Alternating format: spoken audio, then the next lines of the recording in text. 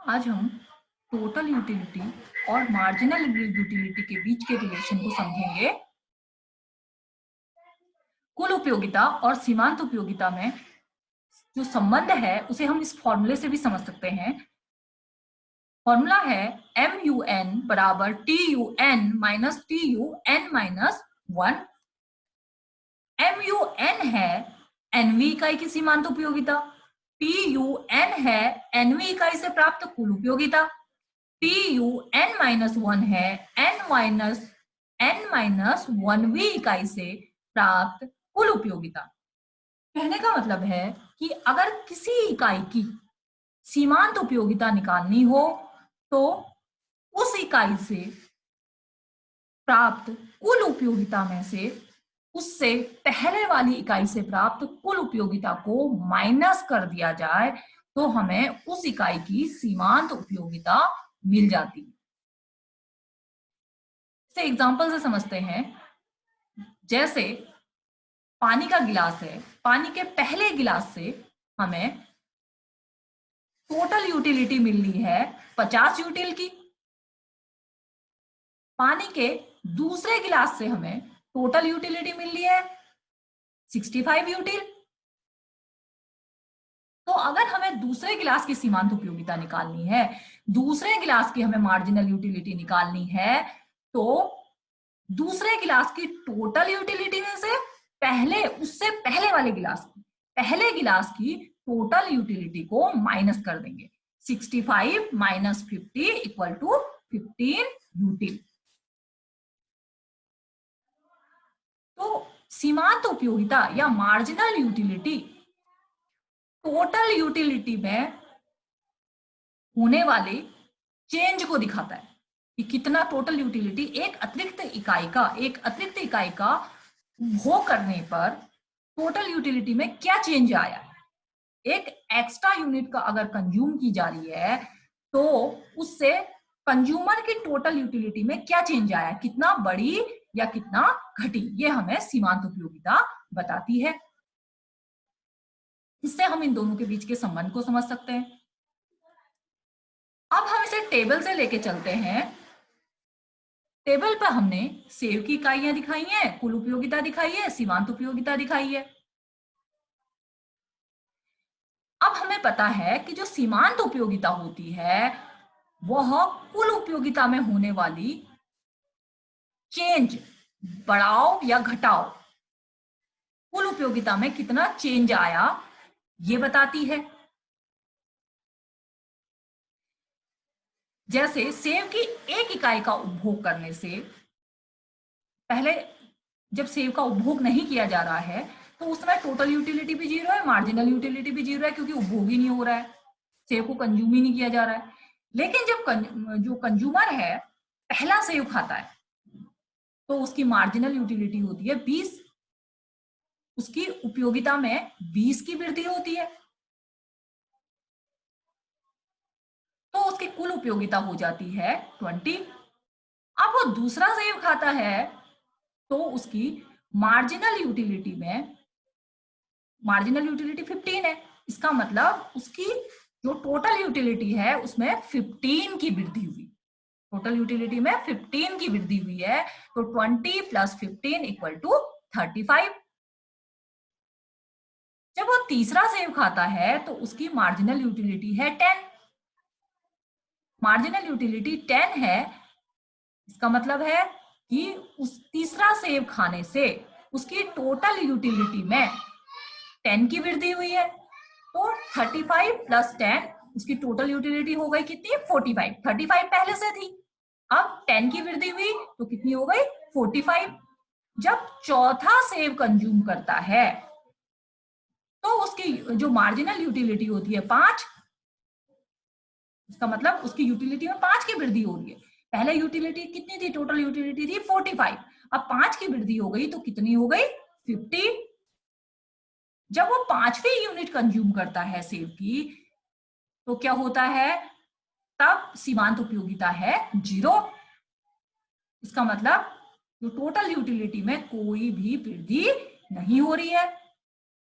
अब छठी इकाई का उपभोग करता है, छठा सेव खाता है उसके क्या हो जाता है, सीमांत उपयोगिता -5 है। -5 है, जो ये दिखाती है कि कुल उपयोगिता अब बढ़ नहीं रही है, अब घट रही है। कुल उपयोगिता कितना घट रही है, -5। कुल उपयोगिता हमारी टोटल यूटिलिटी डिक्लाइन कर रही है -5। अब छठा सेव खाने से -5 डिक्लाइन कर दी तो कितनी हो गई, 45। अब वो सातवां सेव भी खाता है तो उसकी सीमांत उपयोगिता सातवां सेव खाने पर -10 है। इसका मतलब अब टोटल यूटिलिटी में -10 की कमी होगी। अब -10 की कमी होकर के 35 हो गई। तो कहने का मतलब है शुरू में जब वो सेव खा रहा है तो उसकी उपयोगिता बढ़ रही है, लेकिन जब वो पांचवा सेव खाता है तो उस समय उसकी जो मार्जिनल यूटिलिटी है 0 है और टोटल यूटिलिटी है 50। यहां पर टोटल यूटिलिटी हाईएस्ट है। इसके बाद सेव से मिलने वाली उपयोगिता उसकी और अधिक नहीं बढ़ सकती। यहाँ पे हाईएस्ट है और यहाँ पर सीमांत उपयोगिता हमारी 0 है। लेकिन अब यहाँ पे फुल हो चुका है ना, कंज्यूमर यहाँ पर फुल है। इसके बाद भी अगर वो उपभोग जारी रखता है, अगर उसे लालच आ जाता है, वो छठा सेव भी खा लेता है, तो क्या हो सकता है, बीमार हो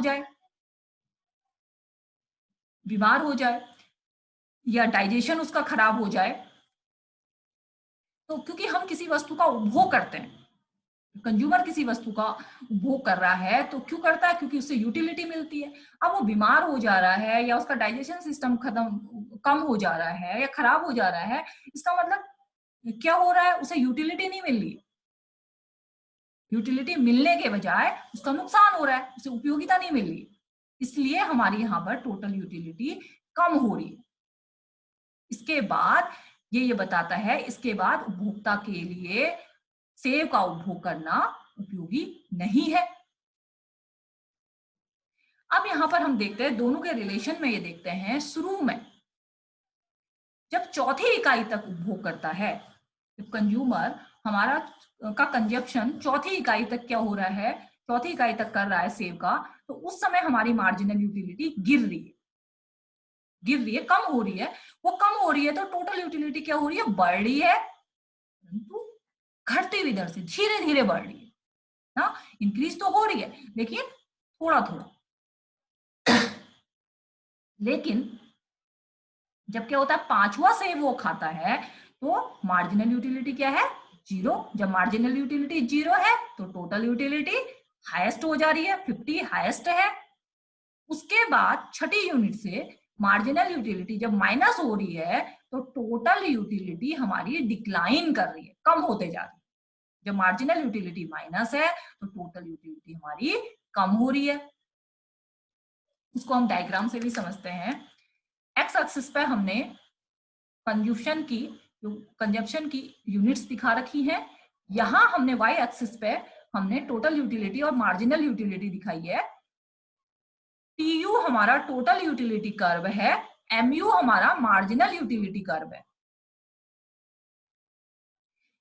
जो मार्जिनल यूटिलिटी कर्व है ये डी पॉइंट से डिक्लाइन कर रहा है, नीचे की ओर जा रहा है, कम हो रहा है। डी से सी तक यह कम हो रहा है, लेकिन अभी तक ये प्लस में है, धनात्मक है। एक्स एक्सिस के ऊपर है, इसका मतलब अभी तक ये प्लस में है।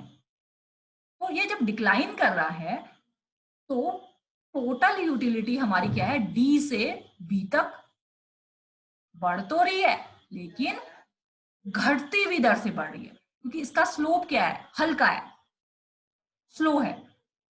स्लोप हल्का है, इसका मतलब टोटल यूटिलिटी बढ़ तो रही है लेकिन बिल्कुल तेजी से नहीं बढ़ रही है, स्ट्रेट नहीं, हाँ, तो हल्की धीमी गति से बढ़ रही है।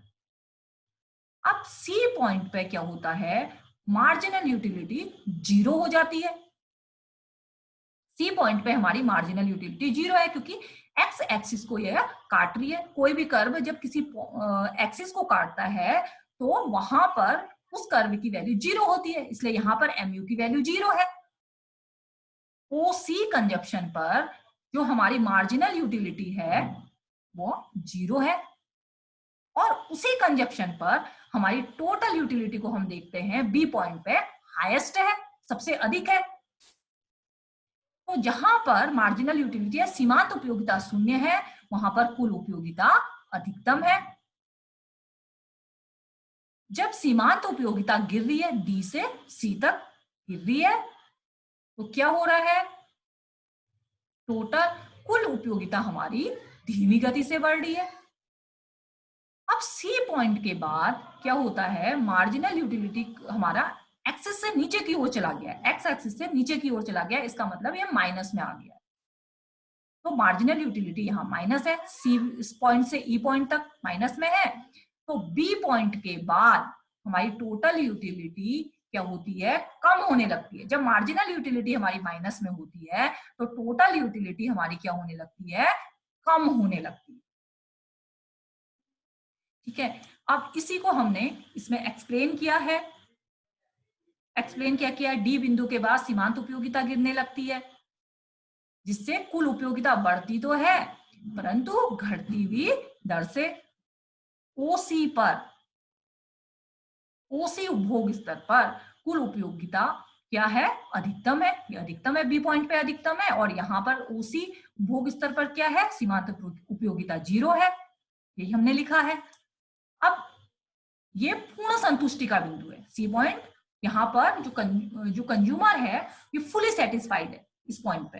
अगर इसके बाद भी, इस पॉइंट के बाद भी, अगर इस पॉइंट के बाद भी जो कंज्यूमर है क्या करता है, कंज्यूम करना जारी रखता है, तो उसकी मार्जिनल यूटिलिटी क्या हो जाती है, माइनस में हो जाती है, और टोटल यूटिलिटी गिरने लगती है।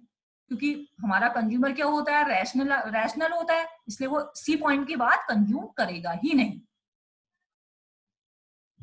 क्योंकि इस पॉइंट के बाद हमारी टोटल यूटिलिटी कम होने लग रही है, बढ़ने के बजाय कम हो रही है। अब हमने क्या कंक्लूजन किया कि सीमांत उपयोगिता और कुल उपयोगिता में क्या रिलेशन है। हम किस पॉइंट, हमने 3 पॉइंट निकाले। क्या, जब सीमांत उपयोगिता घटती है तो कुल उपयोगिता घटती हुई दर से बढ़ती है। जब मार्जिनल यूटिलिटी डिक्लाइन करती है तो टोटल यूटिलिटी धीरे धीरे बढ़ती है। जब मार्जिनल यूटिलिटी, दूसरा पॉइंट है, जब मार्जिनल यूटिलिटी 0 होती है तो टोटल यूटिलिटी हाईएस्ट होती है। जब मार्जिनल यूटिलिटी 0 होती है तो उस पॉइंट पे टोटल यूटिलिटी हाईएस्ट होती है। तीसरा पॉइंट है, जब मार्जिनल यूटिलिटी माइनस में होती है, जब मार्जिनल यूटिलिटी माइनस में होती है तो टोटल यूटिलिटी हमारी क्या करने लगती है, डिक्लाइन करने लगती है। जब मार्जिनल यूटिलिटी माइनस में चले गई तो टोटल यूटिलिटी हमारी डिक्लाइन करने लगती है। ये दोनों के बीच में रिलेशन है। आज हमने कुल उपयोगिता और सीमांत उपयोगिता का रिलेशन समझा था।